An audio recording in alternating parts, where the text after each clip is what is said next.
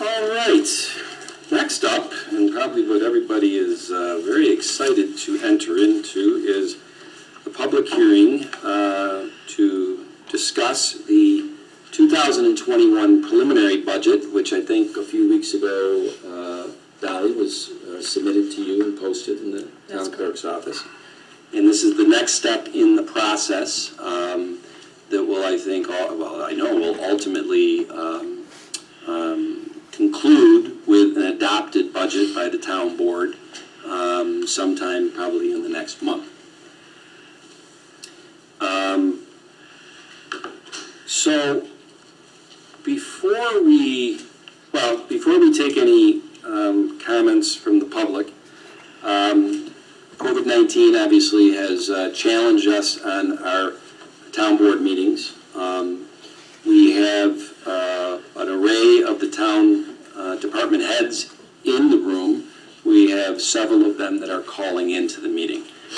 So depending upon the public questions that come in and who is the appropriate person to answer them, it could be interesting because if it is a department head that's in the room, I'm sure they'll be able to go up and be mic'd up. If it's one that is calling in remotely, hopefully we can have them answer the question to the point where on the phone, through the microphone, everybody here can hear it, but also all the people watching at home on channel 1303 and live streaming. I'm going to give a little summary of the preliminary budget. And, actually, first I'd also like to say that the methods that the public can put their questions in about the 2021 preliminary budget, there is a email portal that was advertised for this, and certainly it is still open. As questions come in, we will answer them.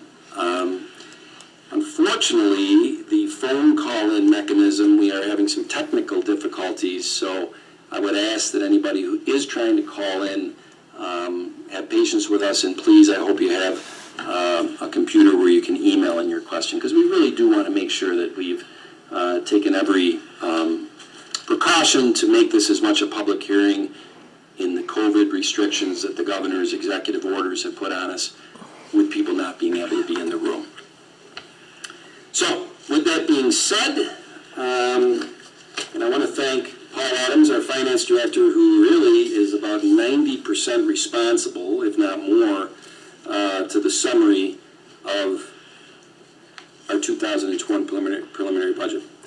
The town of Webster kicked off the 2021 budget process in early May. Each department head was instructed to put forth their best effort to minimize the tax increase to the citizens, while providing for the needs within the respective departments.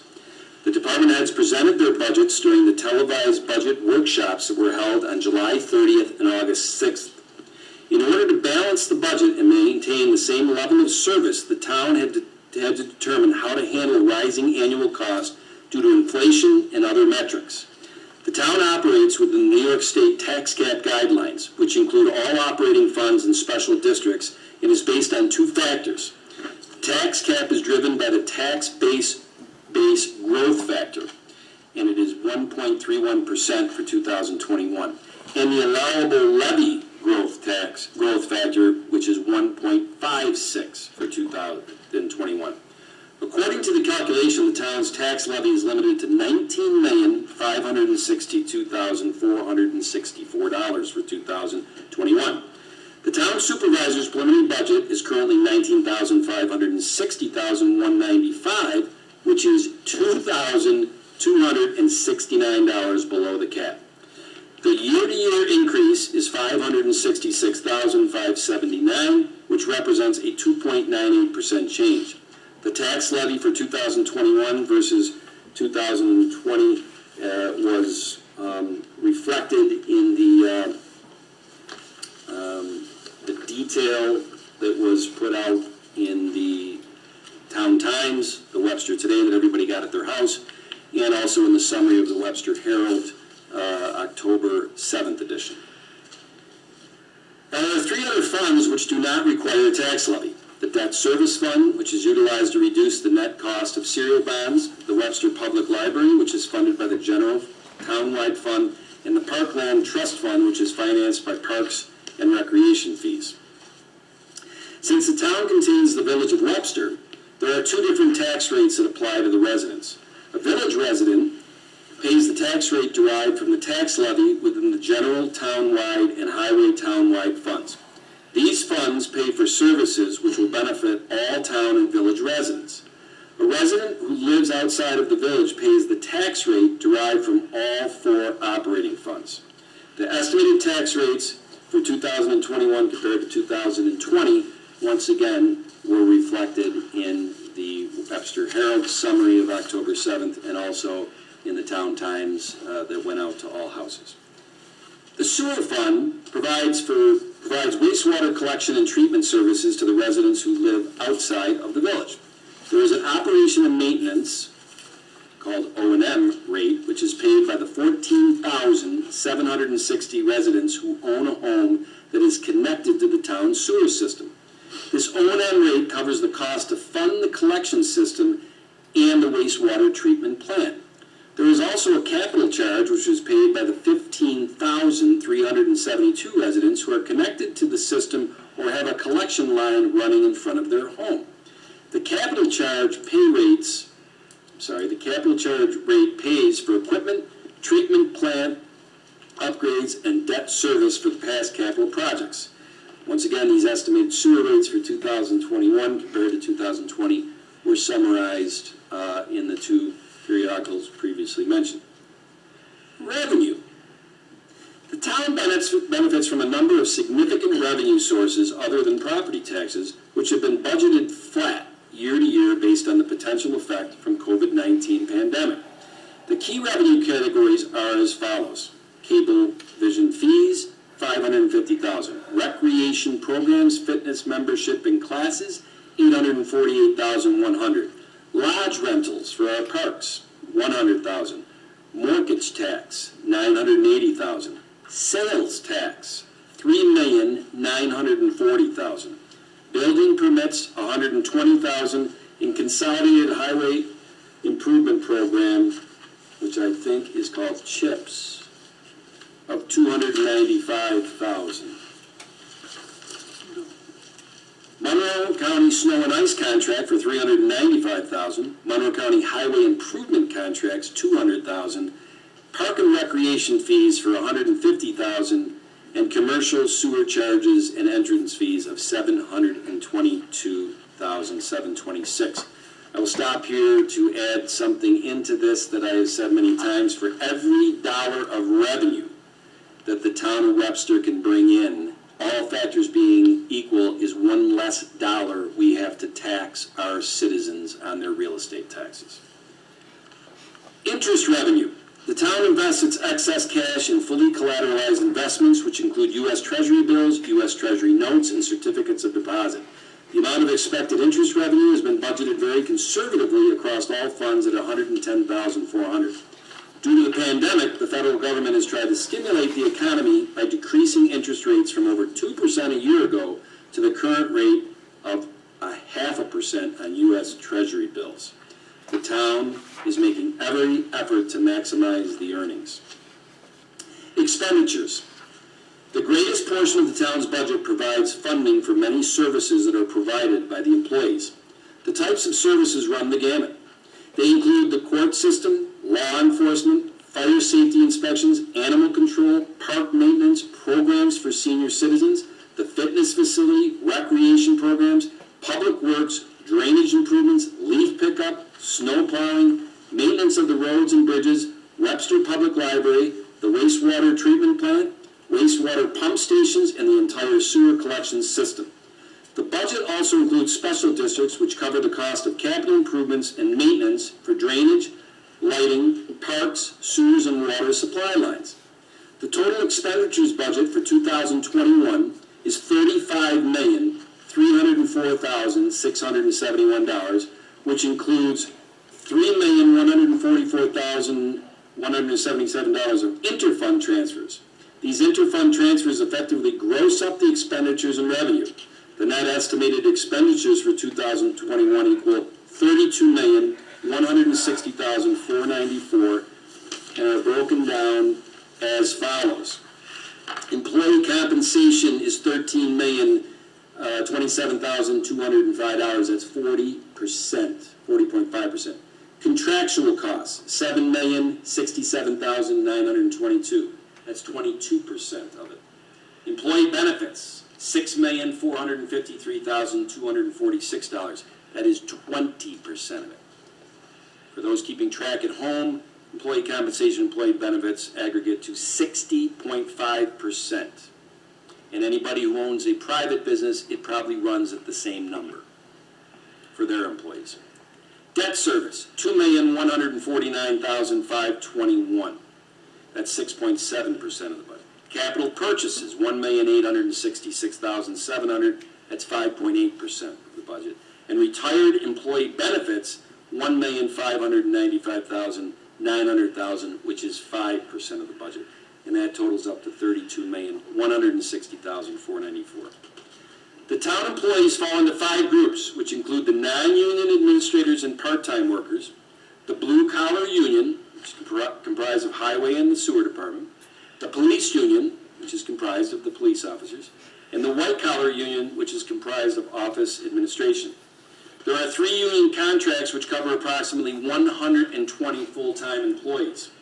The blue-collar and white-collar contracts provide their members with a 2% cost of living increase for 2021.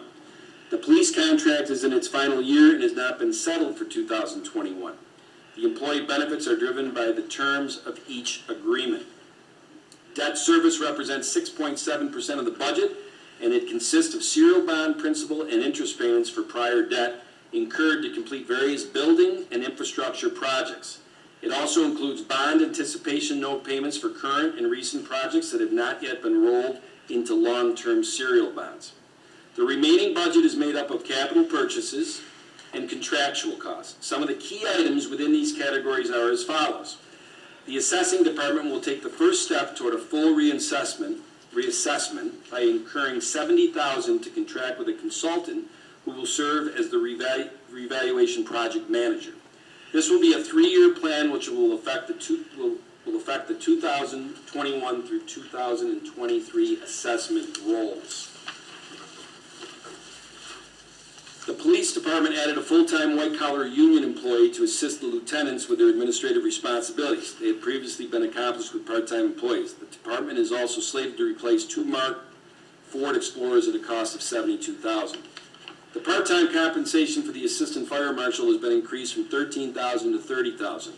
Over the past few years, the town has had to take on the Xerox facility and has seen significant growth in the number of multifamily dwellings and commercial properties that the fire marshal department has to inspect and maintain. The special police will spend $18,500 on updated radios, which are needed to comply with the new encrypted frequency that is now being used within Monroe County. The plan is to buy 5 radios and obtain another 15 via trade with the county. The highway department is scheduled to replace a number of vehicles within its aging fleet. The planned replacements include a rubber tire excavator for $280,000, a 10-wheel dump truck for $265,000, a crew cab truck for $205,000, and a box van for $50,000. The sewer department is slated to add 1 collection system laborer position at a cost of $45,053. The new position will help the town keep up with the regulatory flushing requirements. Capital purchases for the wastewater treatment plant total $243,500, include a polymer mixing chamber at $8,200, primary sludge pump $8,100, rebuilding the solids grinder $11,500, centrifuge software upgrade, software is no longer supported that we had, at $57,000, rebuild grit removal system at $8,500, replace and install ferric holding tanks at $123,000, and SCADA to read the chemical feed pump and alarm at $11,600, dry well high-level alarm at $1,100, and zero-turn lawnmower at $14,500. The town has a contract for sludge hauling and disposal that costs $125 per ton. The current contract goes through June 30, 2022, and it's expected to cost $496,250 in 2021. The average annual cost for pump repairs at the wastewater treatment plant has been trending up due to the age of the equipment. Based on the history of the line items for pump repairs, has been increased from $25,000 to $45,000. The sewer pump station capital improvements have been budgeted at $57,300. This includes $23,300 for the Vosburg Road pump station, rebuild a $5,300 pump impeller and wear ring $10,000, and air release valve replacement of $8,000. Electrical pump service contract $24,000, and control panel for Glenview or Schucraft pump stations at a cost of $10,000. Capital improvements to the sewer collection system have been budgeted $90,000. This includes $30,000 to replace lateral lines, $30,000 to replace deteriorated discharge manholes, and $30,000 to spot line issues noted while televising sewer lines. Serial bond principal payments, which make up a portion of the sewer capital charge, decreased from $442,164 in 2020 to $296,077 in 2021. This pertains to a wastewater treatment plant Phase 1 EFC bond that originated in the year 2000 and matured in 2020. The Webster Public Library has decreased the hourly personnel line from $728,480 in 2020 to $698,192 in 2021. This line consists primarily of part-time workers. The library leases space in the Webster Plaza. The cost of $421,838 will remain relatively flat year to year. It consists of rent of $246,466, common area maintenance charges $98,372, and real estate taxes of $77,000. The town is fortunate to have accumulated surplus from prior years, which is available to stabilize the tax rate. The 2021 budget includes appropriations from fund balance that total $2,246,683. This includes $1,497,000 from operating funds, $580,000 from the sewer fund balance and capital reserve, and $169,683 from the remaining funds and special districts. Overall, the 2021 budget is fiscally sound, even though we are coming off one of the most unusual years in history. The town has been able to stay under the New York State tax cap while continuing to provide the same level of service to its citizens. Now, I know that was a very long summary, but when you have a $32 million budget, I think it warrants having that long. It is a lot of detail, and Paul, once again, thank you for You're welcome. all your assistance on that. And before we get to the public comments and questions, I want to thank the board members. I want to thank all the department heads. It really was a tremendous team effort to get to the preliminary budget that was under the 2% sales tax or state tax cap rate. And I really think it is it's an indication of the past boards that I was not on, how they did what you should do when you budget fiscally intelligent. They were realistic about expenses and they were conservative on revenue.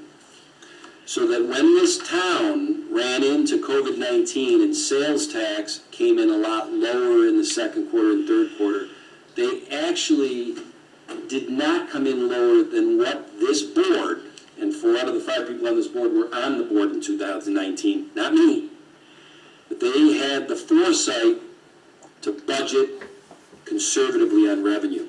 And therefore it did not cause a shock to the town system. And I really do feel sorry because of 928 other or 20 towns, the ones who didn't have that foresight and budgeted revenue aggressively, I feel bad for them because now they're facing a budget process in 2021 that is probably going to make them have to go over the tax cap. And going over the tax cap in 2021 on the heels of what private citizens endured in 2020 in COVID is really not a good look for a government, in my opinion. Definitely not. I'll jump off my soapbox. The big revenue category that was affected by the COVID was sales tax. And as Tom just said, we budgeted that conservatively for 2020, which has definitely paid off. It looks like we'll still come in on the budget for the year. Otherwise, we would have been hundreds of thousands of dollars short. And the other thing, the town has always, as Tom said, been conservative in budgeting revenue, which has allowed us to actually build some fund balance, some surplus, which we were able to apply in 2021 to keep the tax rate under the cap. There's actually, between the 4 operating funds and the sewer fund, there's about $2,070,000 that's been appropriated from fund balance, which is basically used like a revenue to hold the amount to be raised by taxes to a minimum. That's up about $350,000 from the prior year. So it's probably a level we can't really sustain, but this year's budget included quite a bit to cover equipment that the highway needed. Their fleet's obviously aging. And we had a similar situation at the wastewater treatment plant and the collection system. Pretty much everything is 40 years old. Art seems to come in every week or two with the next emergency. So we put in this budget some money to fix the plant and to buy some equipment, which it was a little bit over and above what we would normally do. I'm trying to see if any new emails have come in. I think Karen is going to forward them from the portal to me if they do. And I said this previously. Okay, thank you, Karen. We're still trying to figure out these board meetings during COVID. They're just clunky. It's not the way they were meant to be, to have citizens and the government in the same room is the way they're meant to be, and we just don't. If we're going to follow the governor's executive orders, we can't do that. We cannot have the citizens in here. So it brings up an interesting point about how a question about the budget.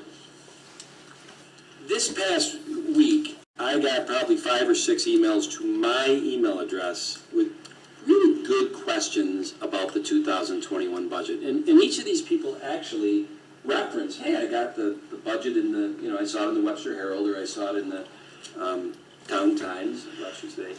And I have a question about this. And I go, that's great. I replied to him, that's great, but you need to get that into the portal. That you can't have that answered unless it goes through the proper conduit of a public hearing. Think about it this way. If somebody called me and asked a question in a non-COVID time frame, and I'll look to you, Charlie, not to give you a gotcha. If somebody called me 3 days ago and said, I have a question about the budget, and we had this conversation, would it be appropriate when we had a public meeting, when everybody's here, to say, well, Jim or Mary who called me is not here, but I want to reference their question? Yes. See, that's interesting you say that, because I would say that they have to submit the question at the public hearing. Well, you have the option as chair of this meeting to decide on how you want to answer it. Okay. You could say, here's a question that was presented, and I could answer it. If Yeah. it's something of general import. Okay. Well, we're learning on this one, because there was some good, actually one was, because unfortunately of the 6, I didn't say it's 6, none of them followed my advice to put them into the portal. I will tell you, one of them was, they noticed that we have credit card processing fees of $37,500 in the budget. To the layman, they're like, what the heck is that? And I explained to the person, I said, well, if you're receiving revenue, the parks and the lodges and dues for the rec center, millions of dollars that we just said of revenue, if we accept that revenue from our citizens via them paying by credit card, we pay credit card processing fees. And they're based on the number of transactions, they're based on the thousands of dollars. It's a, kind of a regression equation. and it's $37,500 for the size and number of transactions we have. It's a good question, actually.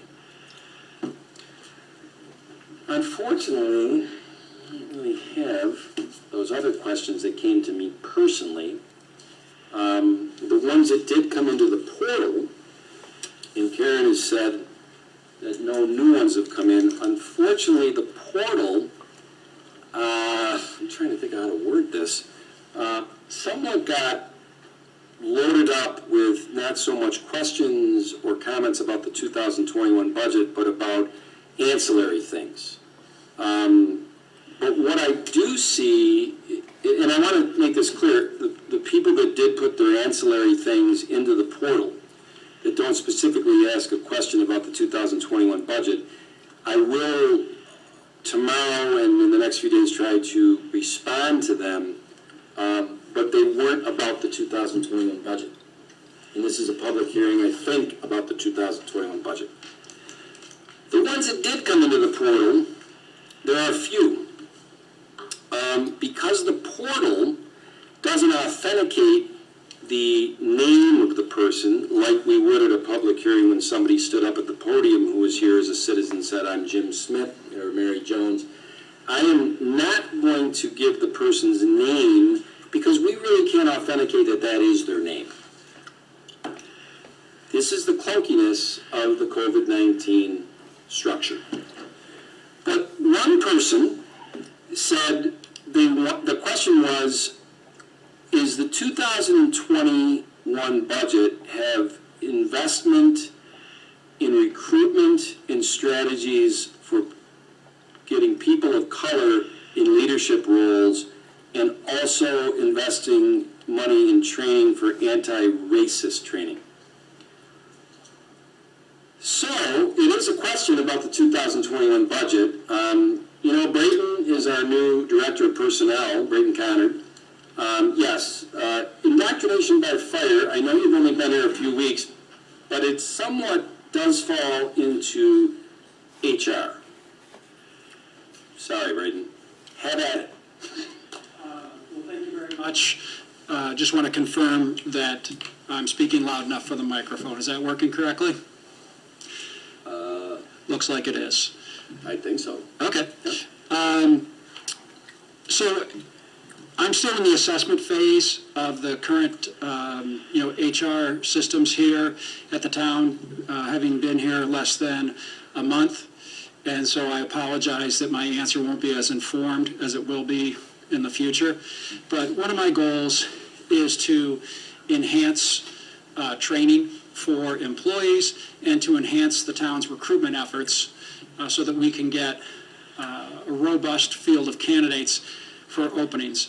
And, government positions tend to be highly specialized and needing a unique set of qualifications, and so it behooves us to have a robust field. And so by robust, I mean a great choice for managers to pick from of qualified candidates, and of course that also means having opportunities for every type of person in every protected class as well. But what I'll be doing is leveraging the resources that we already have. So for instance, on the training front, there are several programs that we have where we can look at banks of training and make sure that we're getting it out there. It's more of an issue of making sure we're aware of the resources that we already have and leveraging those resources. On recruitment, we've already upped our recruitment efforts on Indeed and LinkedIn by branding Town of Webster pages on those two platforms. And so I think that when we're in an active recruitment, we're going to get a good diverse set of candidates. So to circle back to the question, I don't know that there's money specifically earmarked for the exact purpose from the questioner, but I do know that that the idea of training, including our mandatory trainings, cover those topics, and we're going to endeavor to do more. Thank you, Brayden. I would also add to that one of my lessons in the first almost 10 months in this job compared to my 30 years in private industry is that with unions, with civil service, with testing, having to be in the top 3, all of these things that are very unique to government, we are somewhat hamstrung in who we can hire. And it has nothing to do with creed, race, sex, any of that stuff. It really has to do with their test scores or union contracts and things of that nature. Is that correct? That's absolutely correct. Okay. Thanks, Braden. I had one other question here that Chief Rieger, I'm gonna, if you have a microphone, essentially the question was that is there money in the budget in 2021 for the police department as far as training for anti-harassment and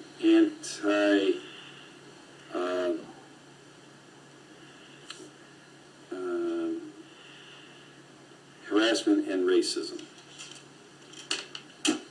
I'm just given what the words were of the question, so. Yes, Supervisor.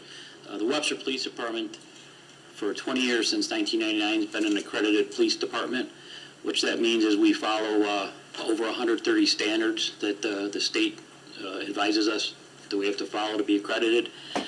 With that training, there's standards that we have to have at least 21 hours of training. We exceed that as normal. Some of those are use of force policies, policies on vehicle pursuits, and also training. Much of this training is mandatory. You know, there's firearms training, things like that, and then there's training that we can put in on our own. I do have money budgeted for training. The governor, Governor Cuomo's executive order that he put out earlier this year on police reform and reinnovation. Basically, we are going to consult with stakeholders in the community, and I personally attended several town hall meetings and have been with faith-based leaders to see what types of training they would like police officers to have in regards to implicit bias training, procedural justice, and those are trainings that, you know, I will look for putting my officers into. So with the training budget, most of the training I'm fiscally responsible in the police department, so I try to get training done when I can find it free. There are different sites we can go on and do like online training. Some training we have to pay for, and there is some money in that for our training budget. So I'm not opposed to training that the community thinks is important for the police officers to have, and I look forward to providing that training. Thanks, Chief.